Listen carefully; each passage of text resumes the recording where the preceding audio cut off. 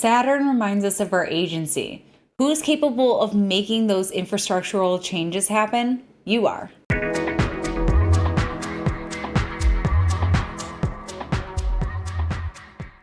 On August 11th, we've got an Aquarius full moon at 19 degrees Aquarius and 21 minutes. So this is going to be one of our last Aquarius lunations that really emphasizes this transit.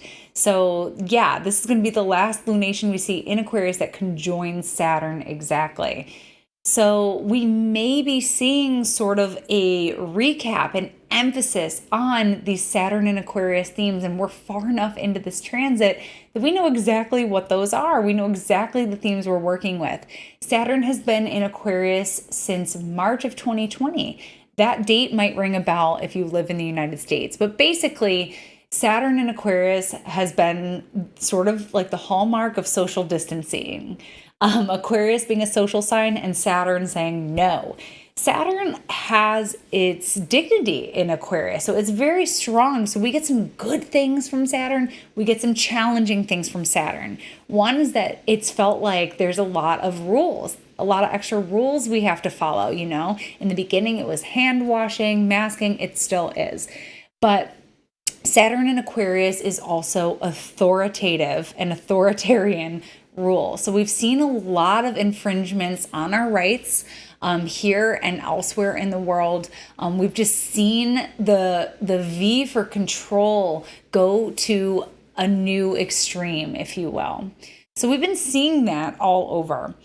Some of the good things that we get from Saturn and Aquarius, especially with Saturn in a square with Uranus, which is also squaring this full moon, is something that we've been talking about a lot on my channel, and that's the Saturn-Uranus square, which is hard tasked with cultural and social evolution, structural innovation, and yeah, it's changed the ways that we live, it's changed the ways that we work.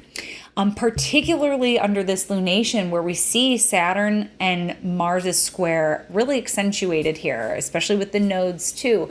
We're going to continue to see this theme of work. We've seen unions. I've been seeing some headlines around union busting, how Amazon is trying to find ways around that. We've seen wages increase. We've seen wages increase for fast food workers, but also for middle and upper class people as they change jobs and maybe freelance and start their own companies. We've seen the Great Resignation going on. Major work themes. We're going to see a re-emphasis of those under this transit, under this full moon. So the nodes are involved. So we may also have a theme of making a choice here.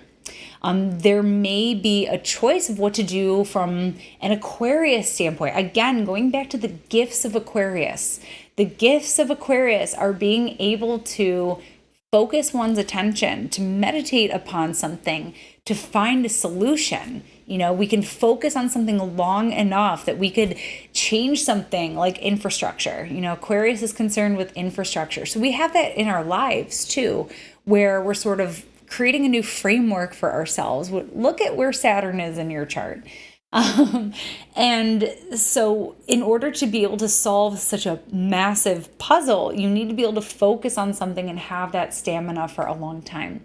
Saturn in Aquarius brings awesome clarity. It's not always the clarity that we want. It's not always the clarity we're looking for or ready to hear, but it is nevertheless supportive and necessary. So this full moon being something that brings things to light, clarity coming in. It's the slow realization of, oh, now I get it. Now I see. So that's what's coming in and offered to us.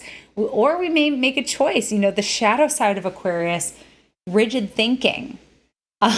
Rigid thinking. That's one that we have also seen here collectively and maybe personally, is where we're rigid on our belief system. So the choice may be to open our minds. The choice may be to stick with something and see it out versus the Uranian urge to flee. So this full moon will bring a lot of clarity there. May also, because the sun is scoring the nodes, we may also see themes of we're in Leo season, to shine and express myself in a more vivid and shinier way, in a more authentic way? Or do I hang back? Am I comfortable sort of like hanging back a little bit and not needing to hog the spotlight in some ways? How can I get more creative behind the scenes? So there can be that dynamic going on too. Or how can I support other people in my life? That can be another one. On a collective level, seeing the sun square the nose, that's always a big deal. We're going to see some big decision making and some important turns of events concerning world leaders. We did see Pelosi go to Taiwan. That caused a little bit of a controversy, raised a little bit of tensions. So we'll see, Saturn has consequences. Let's see sort of how the rest of the world responds. Yeah, and it can be celebrities too. In our modern day, the sun rules celebrities, so we can see some important headlines, or notable ones rather. So yeah, that's a little bit about what we can expect under this Aquarius full moon. Just one other thing that I thought was interesting. It reminded me, the chart, the configuration, it reminded me of the upcoming eclipse on November 8th. So we see a little palindrome swap there. We have this full moon on 8/11 and then the eclipse on 11/8. I'm wondering if we'll get a little bit of foreshadowing here, since we're getting a full moon so tightly square to Uranus. Fast forward to November 8th, that is election day, midterm elections here in the States. We will see an exact lunar eclipse on Uranus on that day. So let's pay attention. There could be some foreshadowing going on here, but that's just a little aside. And for right now, that was your Aquarius full moon astrology shot of the day. And I hope the clarity is good for you. Bye. Thanks so much for tuning in with me today. Foundations of Astrology relaunches on September 7th. You can find out more information about this 11-week course on my website, katherineurban.com. Also, you know where to find me on all platforms at AstroKatherine.